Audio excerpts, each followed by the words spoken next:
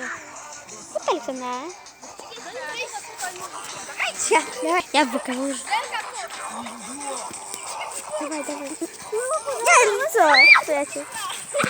Зачем же? Это его нет сыграла. Давай туда. Чего покажу? Нет. Будем видео снимать.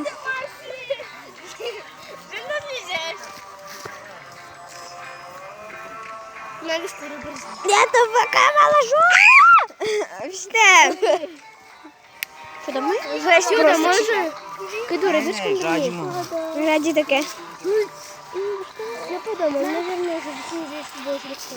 Ну, бонактиска. Я хочу, да? Сейчас пол-второго. Все, Дора, ты даже ко мне. Как он Дора ко мне? Почему не до 4, не до 5? Зачем издеваешься?